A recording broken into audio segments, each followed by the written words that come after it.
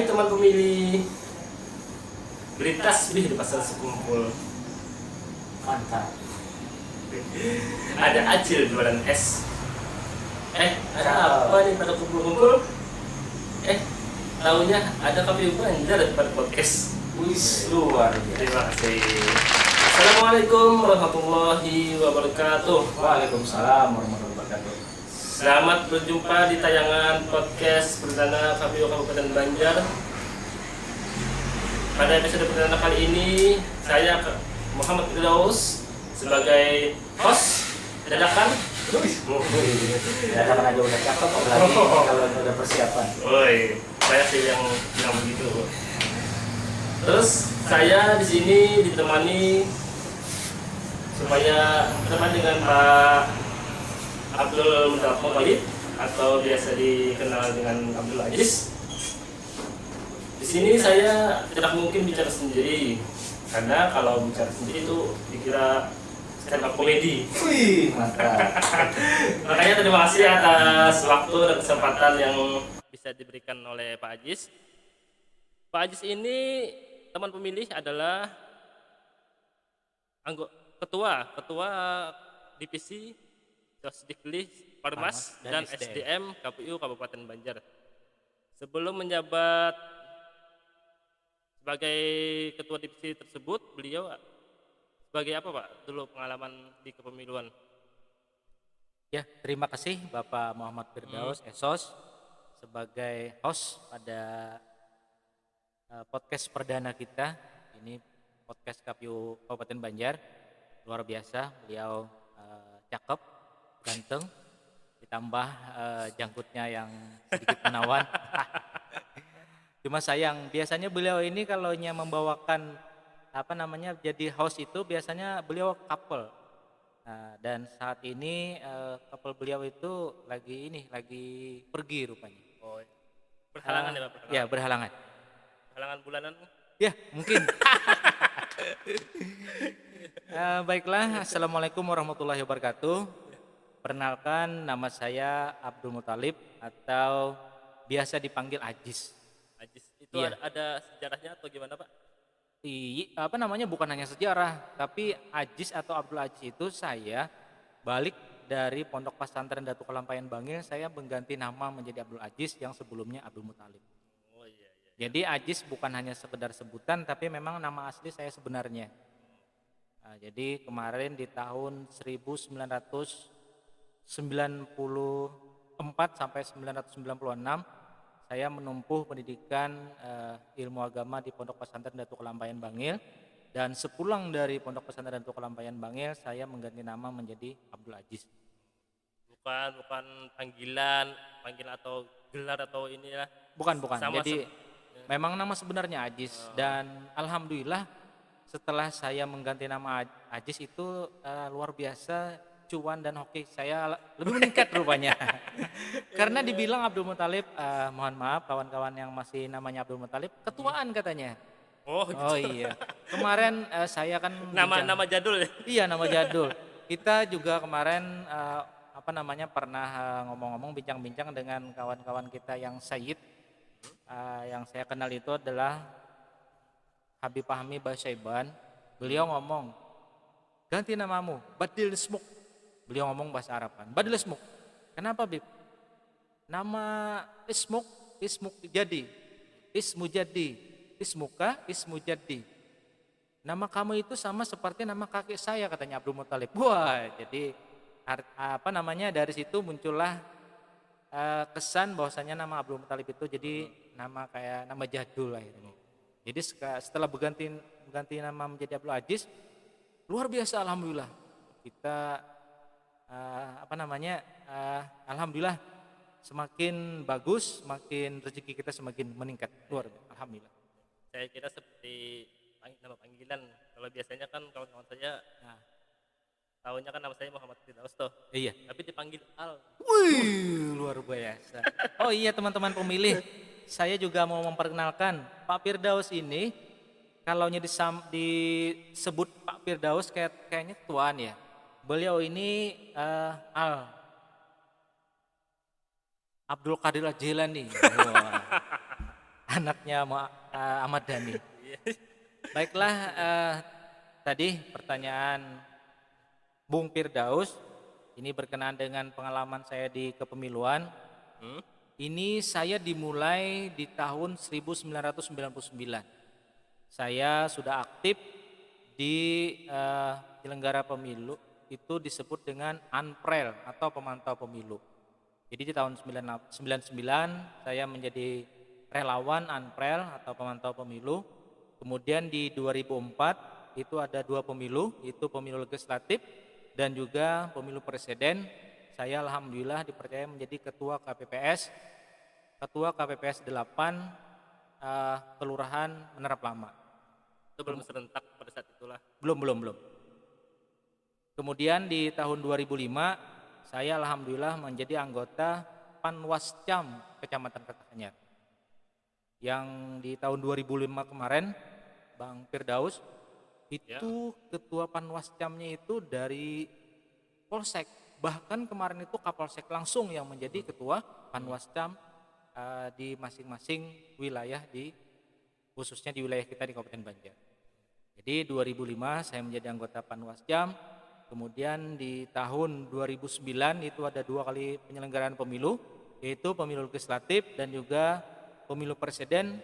Kita alhamdulillah di tahun 2009 itu menjadi anggota panitia pemilihan kecamatan Kertanegara. Kemudian di tahun 2010 itu ada pemilu kada dan alhamdulillah terpilih menjadi ketua panitia pemilihan kecamatan Kertanegara. Kemudian di 2014 itu ada dua kali pelaksanaan pemilu, yaitu pemilu legislatif dan juga pemilu presiden. Alhamdulillah kita dipercaya menjadi ketua panitia pemilihan kecamatan Kertanegara.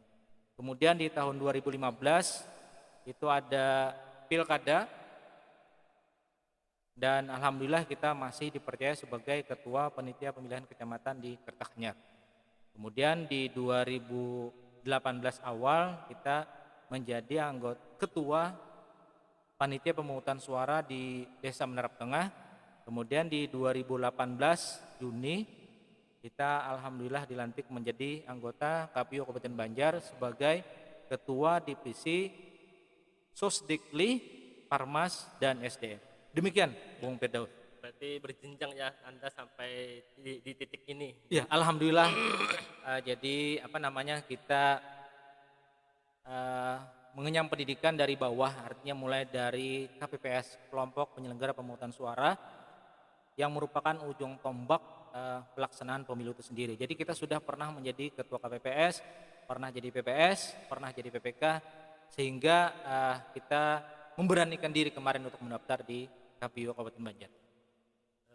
Kembali kita ke topik yang akan kita bicarakan pada hari ini. Topik kita adalah hari pemungutan suara di 2024 dan sekitar kepemiluan. Tanggal berapa Pak? Hari pencoblosan pada tahun 2024 nantinya. Ya, kemarin dari hasil RDP eksekutif, legislatif, juga penyelenggara pemilu. Kemarin itu kan kalaunya dari kemudian dari legislatif itu dari Komisi 2 DPR RI, kemudian ada KPU RI, Bawaslu RI dan juga DKPP. Nah, dari hasil rapat dengar pendapat yang dilaksanakan pada tanggal 24 Januari 2022 disepakati bahwasanya pada tanggal 14 Februari 2024 adalah hari, tanggal, bulan dan tahun pelaksanaan pemungutan suara atau pemilihan serentak nantinya pada tahun 2024.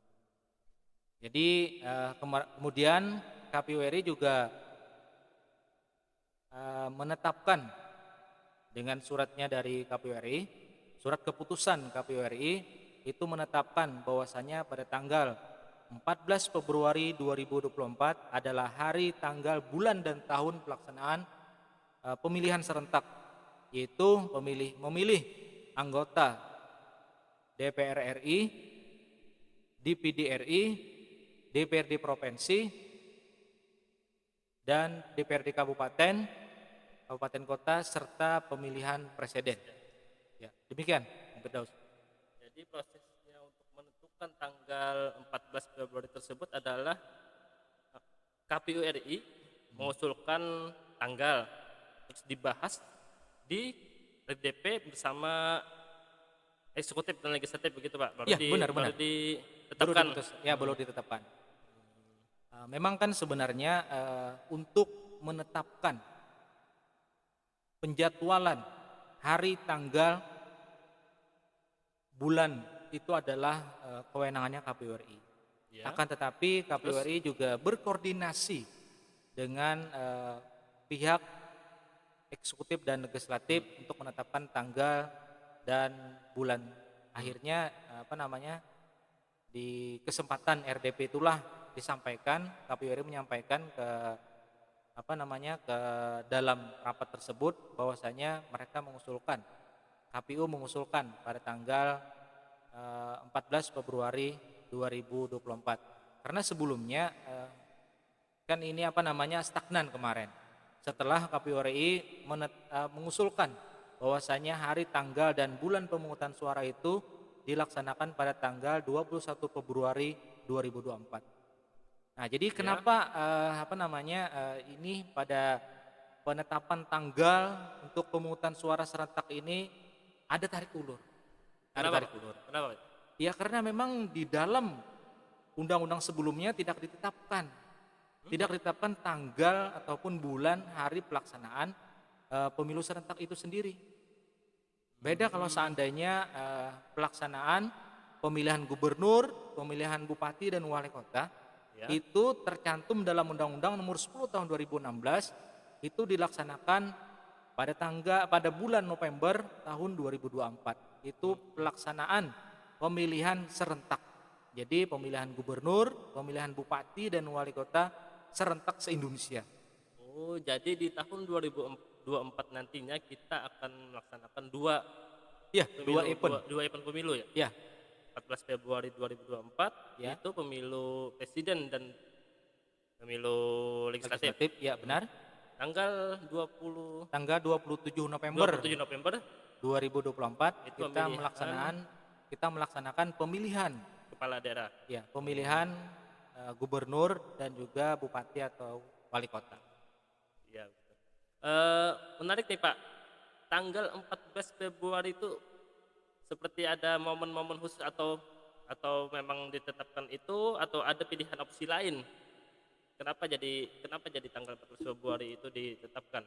Ya, di tanggal 14 Februari itu mungkin salah satunya adalah supaya kita mengingat bahwasanya tanggal 14 Februari itu sebagaimana kita ketahui bersama adalah merupakan hari Valentine. Jadi mudah-mudahan kita berharap nantinya di pelaksanaan pemilihan pemilu lah, kalau untuk pemilihan umum, legislatif dan juga presiden itu biasa disebut dengan pemilu. Tapi kalau untuk memilih gubernur, bupati atau wali kota atau biasa kita sebut dengan pilkada itu disebut dengan pemilihan.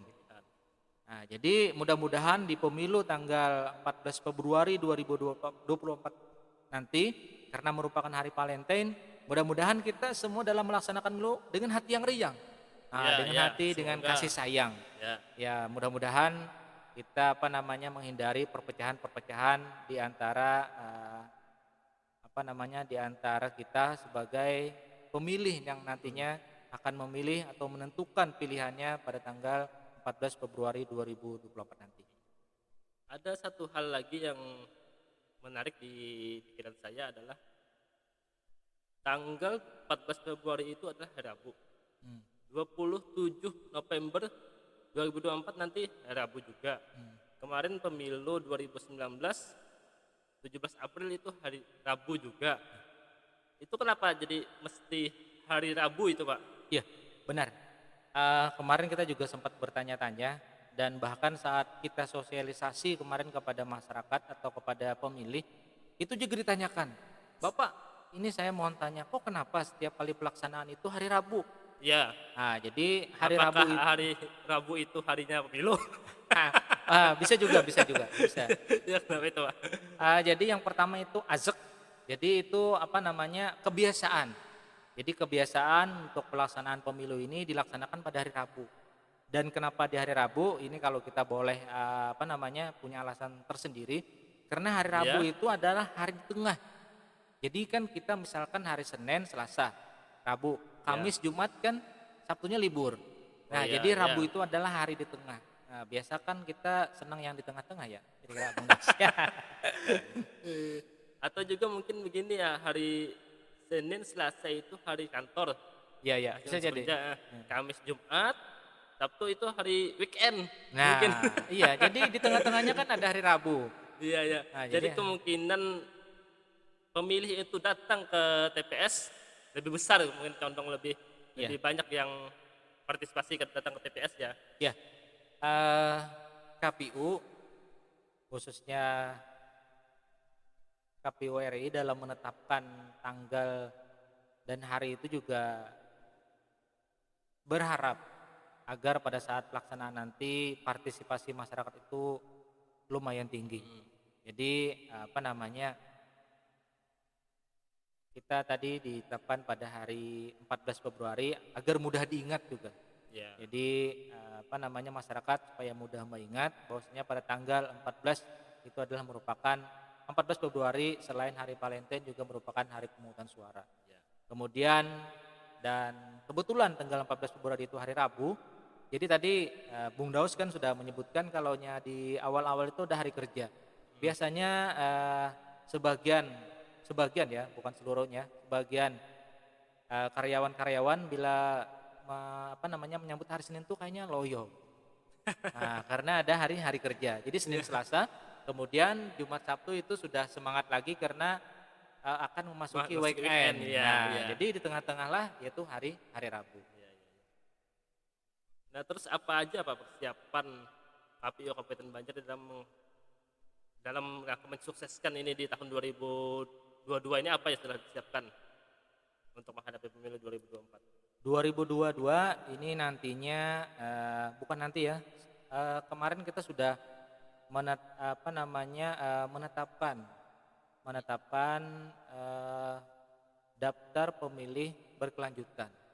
Nah, jadi ini pemilu 2024 ini beda dengan pemilu sebelumnya adalah kalaunya kemarin saat mau pelaksanaan pemilu baru kita ada yang disebut dengan pantarlih. Nah, ada petugas mengutahirkan data pemilih. Kalau sekarang ini setiap yang datang ke tiap-tiap rumah itu ya? Iya. Petugasnya. Nah, kalau sekarang kan kita rubah mekanismenya. Bukan kita ya, tapi memang inisiasi itu dari KPU RI. Jadi mereka merubah yang sebelumnya ada petugas mutakhir data pemilih di hari-hari akan pelaksanaan itu dirubah jadi dengan adanya daftar pemilih berkelanjutan. Jadi setiap bulan, setiap 3 bulan, setiap 6 bulan itu ada perbaruan data tersebut. Sambungan gitu ya. Ya, berkesinambungan. Kontinuitas. Ya, kontinuitas. Kemarin tidak ada di pemilu-pemilu sebelumnya. Memang seberapa pentingkah data pemilih itu untuk kami para masyarakat pemilih? Kenapa jadi harus terdaftar di daftar pemilih itu, Pak? Karena kalau seandainya tidak terdaftar sebagai daftar pemilih, maka dia tidak bisa mencoblos. Oh, tidak bisa mencoblos. Iya, dia tidak bisa memberikan hak suaranya. Meskipun sudah memenuhi syarat usia mungkin ya kan? Iya, syarat usia akan tetapi tidak terdaftar sebagai daftar pemilih. Memang nantinya ada PKPU yang mengatur lebih lanjut kalau seandainya orang tersebut tidak terdaftar tapi bisa memberikan suaranya dengan menggunakan EKTP. Tapi itu peraturannya lebih lanjut lagi. Dan saat ini yang perlu kita cermati adalah kalau seandainya tidak terdaftar sebagai daftar pemilih tetap, maka dia tidak bisa memberikan suaranya nanti pada saat pencoblosan. Selain itu apa, Pak, yang telah disiapkan oleh KPU Kabupaten Banjar? Selain kita progres tentang daftar pemilih, kita juga dari saat kemarin pada tanggal 14 Februari 2022 kita launching hari pemungutan suara, yaitu menjelang 2 tahun sebelum pelaksanaan pemungutan suara tersebut. Tepat 2 tahun ya, Pak ya? Iya, tepat 2 tahun. Kemarin kan kita pada tanggal 14 Februari 2022 KPU KPU Kabupaten Kota, KPU Provinsi, bahkan KPU RI itu serentak se Indonesia. Serentak di Iya. Indonesia. Serentak se Indonesia melaksanakan non-bar launching hari pemungutan suara. Nah, dari situ sudah kita mulai bahwasanya saat ini kita sudah memasuki masa-masa sosialisasi kepada masyarakat tentang hari pemungutan itu dilaksanakan nantinya pada tanggal 14 Februari 2024. Ya. Terus itu ini bagaimana caranya supaya kita mengajak pemilih untuk semangat ke TPS itu supaya memperbanyak partisipasi pemilih. Ya, kita alhamdulillah kemarin di pemilihan bupati dan juga pemilihan gubernur yang dilaksanakan kemarin pada tahun 2020, partisipasi kita lumayan bagus. Lumayan bagus. Jadi kita kemarin peringkat kedua setelah Tanah Bumbu. Kalimantan Selatan, iya.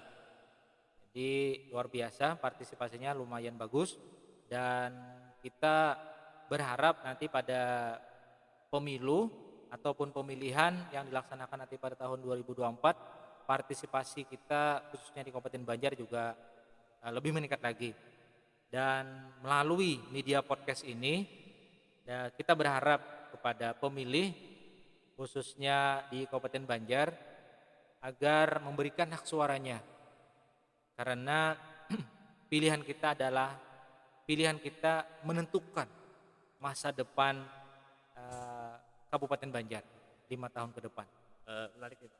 Kenapa bisa dikatakan menentukan pada satu suara tok yang diberikan oleh pemilih di TPS? Terus itu ada juga banyak suara dari masyarakat bahwa memilih tidak memilih, ya aku begini-begini aja. Yang dulunya tukang ojek ya tetap jadi tukang ojek, yang dulunya bertani tetap bertani. Itu gimana Pak anggapannya? Ya, kita berharap menumbuhkan kesadaran pemilih dalam menentukan pilihan. Ya. Jadi selain kuantitas partisipasi masyarakat atau partisipasi pemilih itu tinggi, kita juga berharap dengan kualitas pemilihan, kualitas suara atau kualitas partisipasi pemilih itu sendiri. Jadi ada dua, ada kuantitas dan juga ada kualitas. Kuantitas kita berharap partisipasi pemilih itu tinggi, karena kesuksesan dalam pelaksanaan pemilihan itu, pemilu dan pemilihan itu dilihat dari tingginya partisipasi pemilih. Artinya pemimpin yang dipilih dipercaya oleh sekian banyak pemilih. Iya, gitu. Benar. Nah, jadi dengan tingginya kuantitas persentasi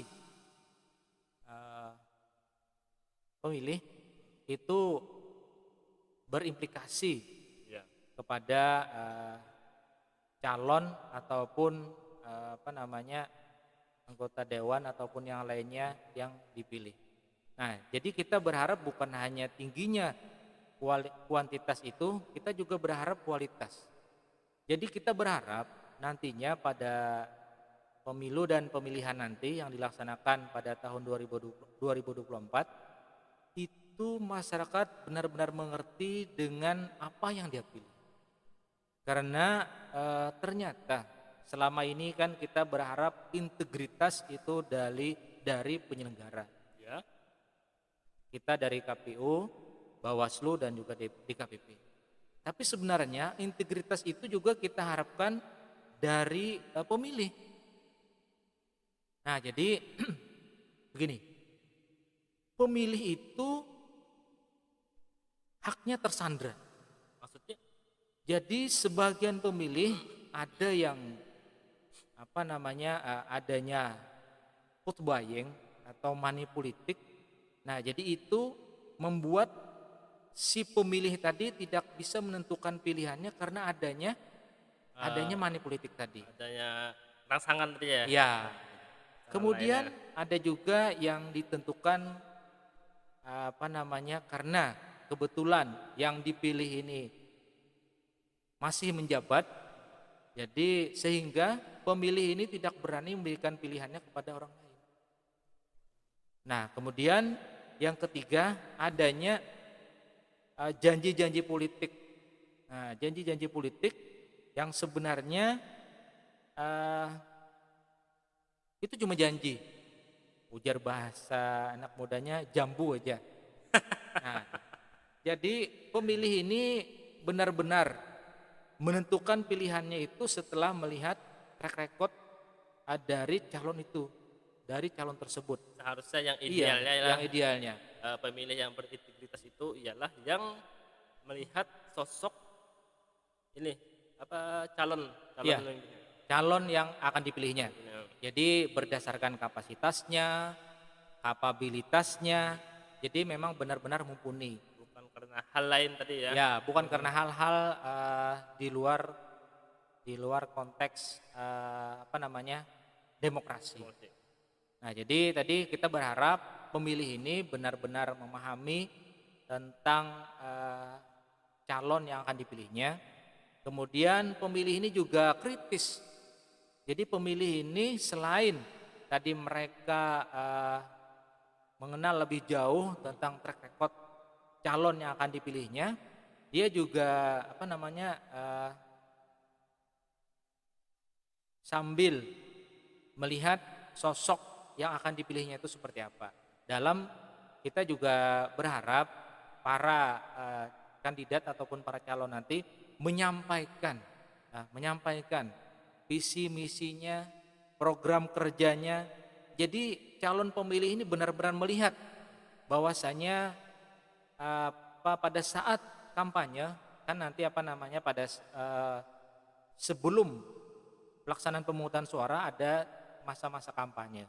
Nah, jadi masa-masa kampanye ini benar-benar dimanfaatkan oleh para calon ini agar memberikan kejelasan kepada pemilih. Menyampaikan visi dan misinya ya. Iya, menyampaikan visi misinya, program kerjanya. Sama kayak marketing, Ya. pemasaran. Menunjukkan apa kelebihan dan apa tujuan dia, apa Ya. nantinya akan dia bangun supaya menarik pemilih. Ya. Jadi calon ini bisa meyakinkan pemilih bahwasanya saya adalah saya pantas untuk dipilih. Ya, kenapa Karena saya harus punya dipilih? kenapa saya harus dipilih.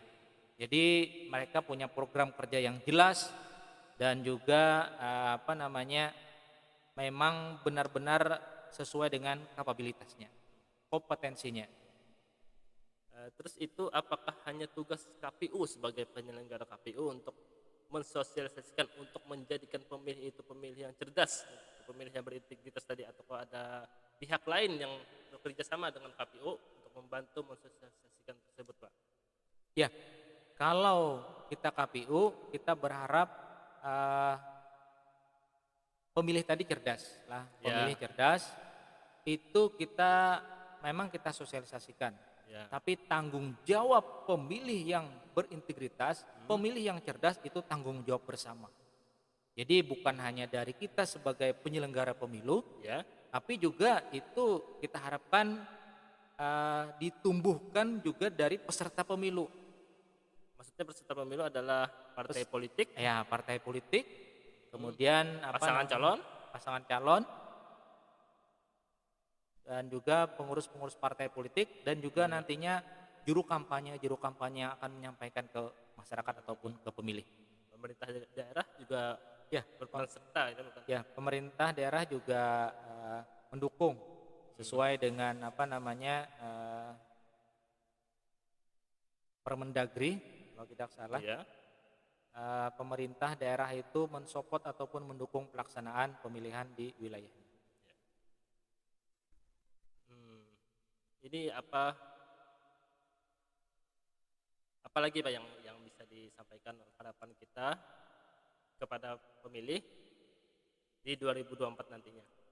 Ya, jadi yang pertama kita menyampaikan bahwasanya pada tanggal 14 Februari 2024 adalah merupakan hari, tanggal, bulan, dan tahun pelaksanaan pemilu serentak di tahun 2024. Kita berharap pada saat pemungutan suara nantinya itu berjalan aman, lancar, dan juga kondusif.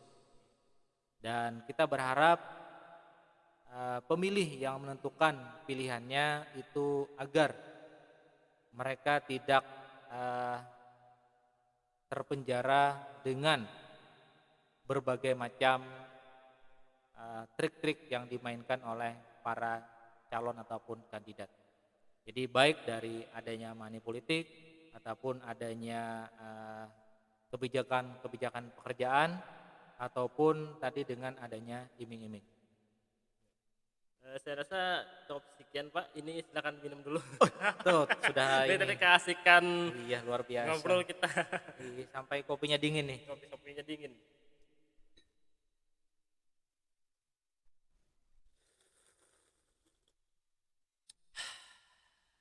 Wih, nikmat sekali kayaknya. Kopi Papadaan. Kopinya pahit, gulanya manis. Cep Wah, Papadaan. luar biasa.